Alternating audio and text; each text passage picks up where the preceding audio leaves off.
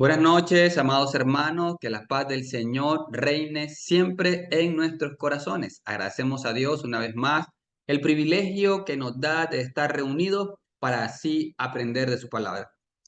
Estaremos haciendo una oración inicial y de esta manera iniciaremos nuestro estudio. Oremos. Bendito Padre Celestial, Eterno Redentor, te agradecemos a esta hora la bendición que nos das de poder, Señor, crecer en tu palabra. Gracias, Señor, porque eres tú el que nos da el santo privilegio de continuar adquiriendo, Señor, el conocimiento que usted desea para nuestro pleno y total desarrollo. Señor, te agradecemos por este programa que usted ha creado para el conocimiento de muchos, para el empleo de tu palabra, para que tu palabra corra y se dé a conocer. Permítenos continuar creciendo en tu voluntad. Te pedimos el perdón de nuestros pecados, nuestras faltas. Queremos servirte de manera santa, íntegra y justa. Queremos, Señor, que todo lo que hagamos sea acepto delante de usted. Padre, gracias porque ha estado con nosotros en muchas pruebas, en dificultades, en necesidades, entre enfermedades. Gracias, Señor, porque usted es proveedor, usted, Señor, es ayudador, es el dador de la sabiduría. Gracias, Señor, por estar siempre con nosotros. Señor, bendice este programa, los medios económicos que proveen este programa, a las personas, Señor, los miembros del cuerpo de Cristo que están siempre en la administración del mismo. Ayúdanos siempre para servirte con amor y regocijo. A través de Cristo Jesús, oramos y gracias te damos, Señor. Amén.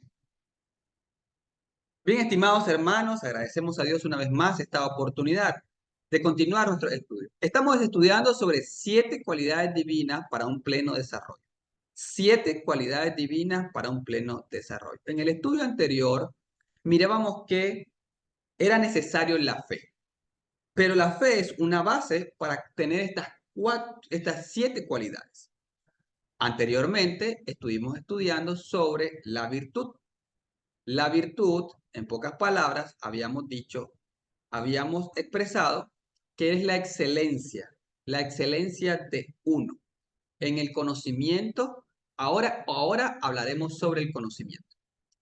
La segunda carta del apóstol Pedro en el capítulo 1, versículo 5, que es nuestro texto base, dice, vosotros también poniendo toda diligencia por esto mismo, añadid a vuestra fe virtud. Ya tenemos fe, ya lo estudiamos. Ya tenemos fe cuando creímos en el Evangelio del Señor, adquirimos fe. Pero luego a esta fe fue necesario añadirle virtud.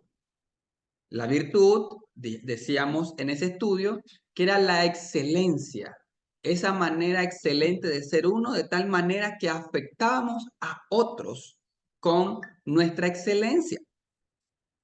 Pero ahora el apóstol Pedro dice que a esa virtud, a esa excelencia, a ese buen comportar, a esa manera de hacer positivos a otros, hay que añadirle conocimiento. La virtud sin conocimiento podría tomarse con mucho cuidado y peligro.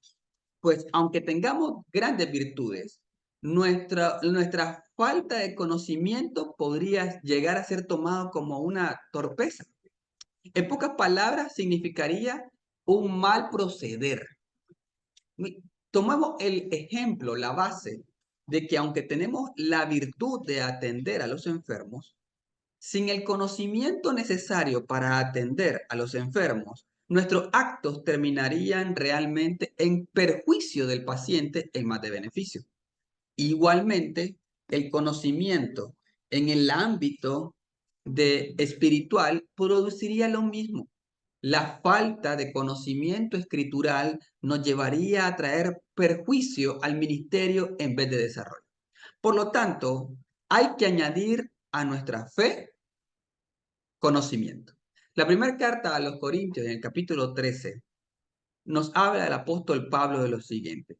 Cuando yo era niño, dice el apóstol Pablo, hablaba como niño, pensaba como niño, juzgaba como niño. Utilizaré la pronunciación correcta, juzgaba como niño. Mas cuando ya fui hombre, dejé lo que era de niño. El apóstol Pablo está hablando de su transición del conocimiento de la ley mosaica hacia la gracia, la ley de Cristo.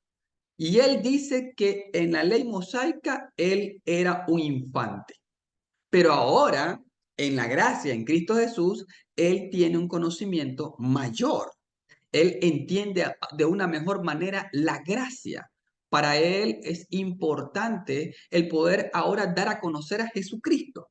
Pero Él tuvo que salir de una etapa de niñez a una etapa de hombre. Este conocimiento, este desarrollo. Igualmente pasa con nosotros, estimado hermano. Pasamos de la fe, el conocimiento básico de Jesús. Pasamos de Jesús, pero ahora necesitamos aumentar este conocimiento a una mayor transición para poder atender aún mejor la obra de Cristo. ¿Qué es lo que enseña la carta de los Hebreos? Que debemos de comenzar cada uno de nosotros al menos por los rudimentos. Hebreos capítulo 6, versículo 1 al 2, habla de los rudimentos, o sea, las bases de la construcción espiritual. Mejor dicho, cuando nosotros hemos venido a Cristo, necesitamos aprender estos rudimentos. Dice el texto, por tanto, dejando ya los rudimentos de la doctrina de Cristo. ¿Cuáles son esos rudimentos? ¿Cuáles son esos primeros pasos?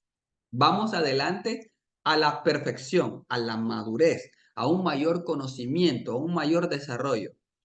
¿Y cuáles son estos puntos? No echando otra vez el fundamento del arrepentimiento de obras muertas, de la fe en Dios, de la doctrina del bautismo, de la imposición de manos, de la resurrección de los muertos y del juicio eterno. Entonces, ¿qué conocimiento debe de tener todo cristiano? Bien, uno, el arrepentimiento de obras muertas. Debe tener este conocimiento. ¿Cómo nos arrepentimos de nuestras obras muertas? El conocimiento de la fe en Dios, la fe primitiva y la fe madura. Pasar de la fe sencilla a la fe perfecta. Conocer este conocimiento. Los bautismos, claramente los bautismos que menciona la Escritura sobre, valga la redundancia, sobre la sumersión del hombre. Pensemos, el bautismo de Juan el Bautista, valga la redundancia, el bautismo de Jesucristo, el bautismo que se dio, dice, en el mar, cuando los israelitas pasaban el mar muerto. Esos términos son importantes conocerlos para saber esta transición.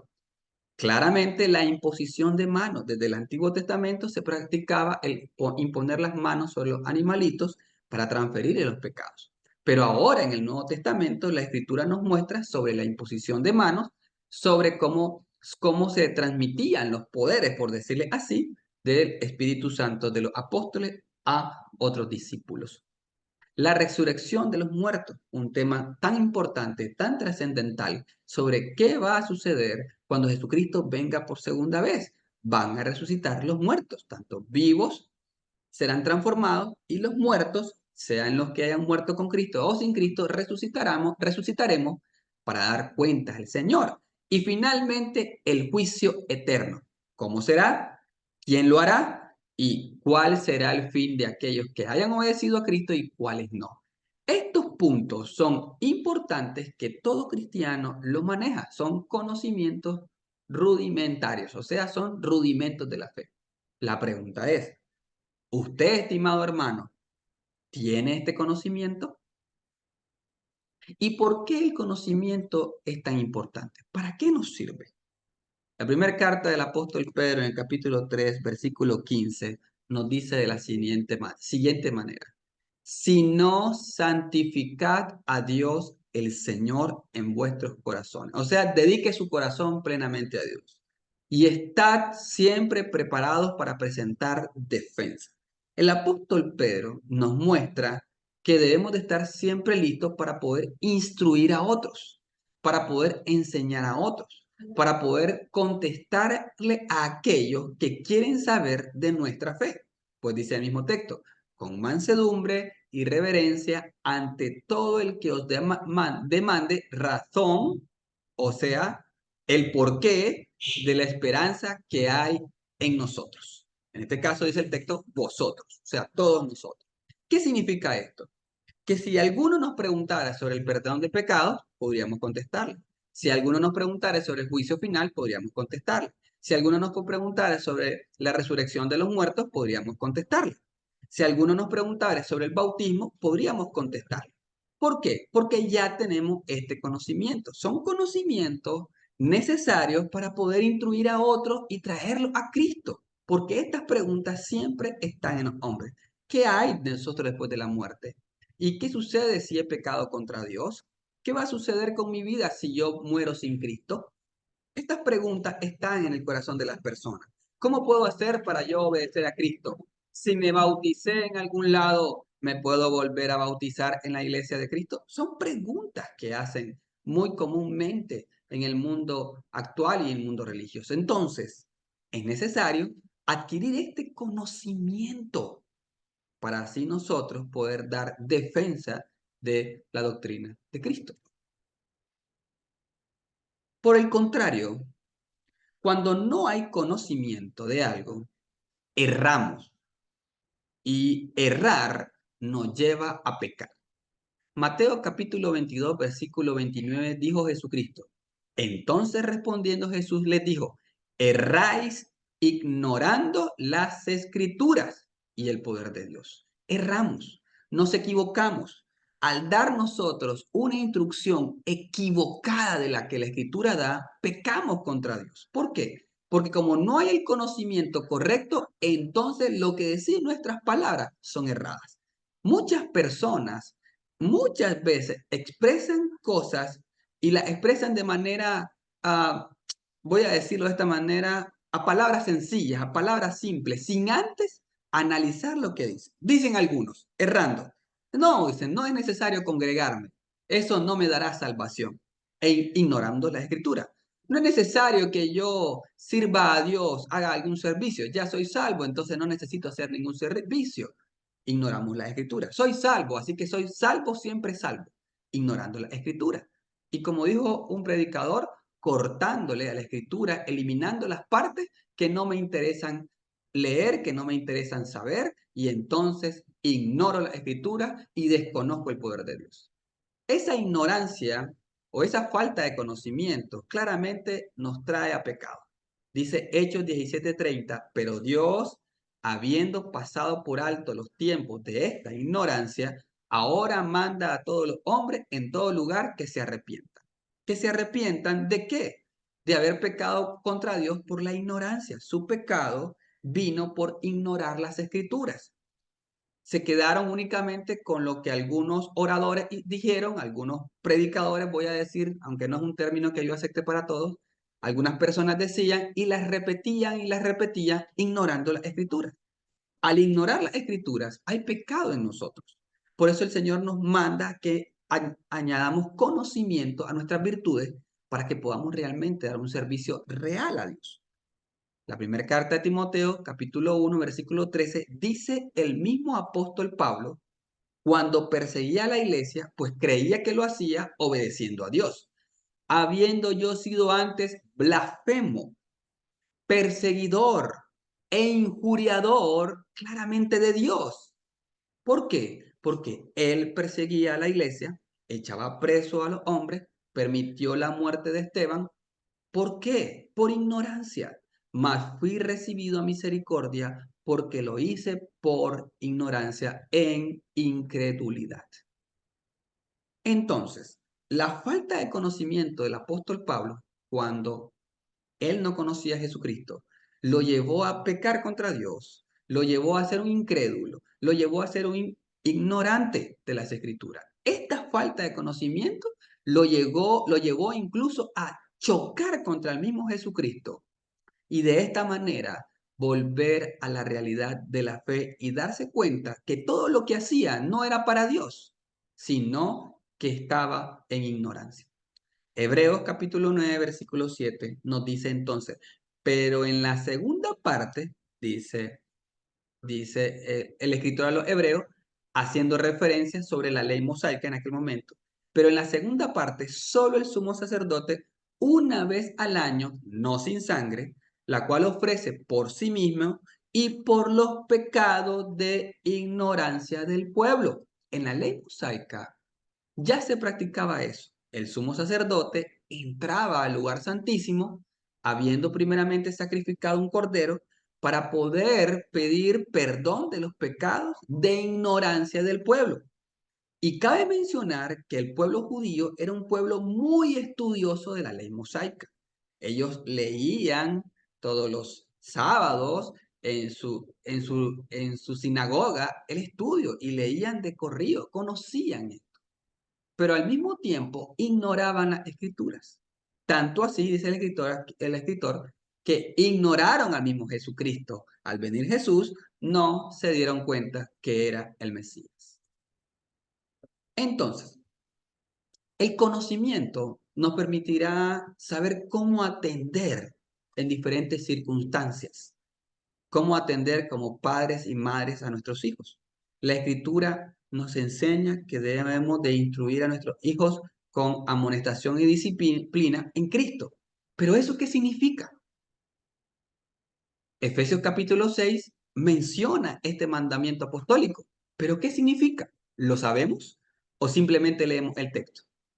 ¿Cómo atender la situación como esposos y esposas? ¿Cómo atender los ministerios como ministros y ayuda idónea de los ministros? Ese trabajo importante de las esposas con los ministros, con los ancianos, con los diáconos, con los evangelistas, con los maestros, con los predicadores. ¿Cuán importante es eso? Como consejeros y consejeras hacia los noviazgos, matrimonio, temas de atención ministerial. Muchos hermanos no conocen estos conocimientos básicos que están en la escritura sobre qué dice la escritura del noviazgo, qué dice la escritura del matrimonio. Para algunos es más fácil, pero a veces abordan a los jóvenes, pero no conocen este conocimiento y más bien aplican el conocimiento del mundo, le enseñan a los jóvenes el conocimiento de afuera y no el de Cristo. Y cómo claramente defender a Cristo en la doctrina. ¿Por qué hacemos esto? La primera carta de Pedro 2:15 dice, porque esta es la voluntad de Dios, que haciendo bien, o sea, teniendo el conocimiento de esto, hagáis callar la ignorancia de los hombres insensatos.